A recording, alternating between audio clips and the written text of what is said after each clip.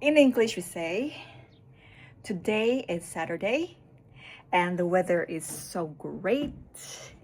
So we are grilling here at the balcony.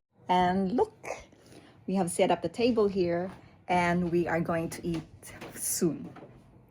In Swedish, we say, idag är lördag och vädret är jättefint. Så vi grillar här på balkongen. Och titta, vi har dukat bordet här och vi ska snart äta.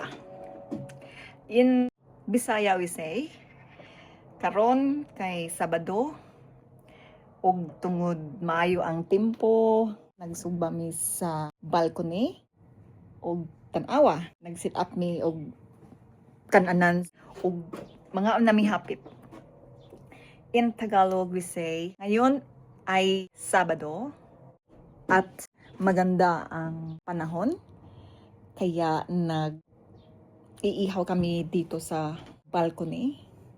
Tingnan niyo, naghanda kami dito at kakain na kami ilang saglit.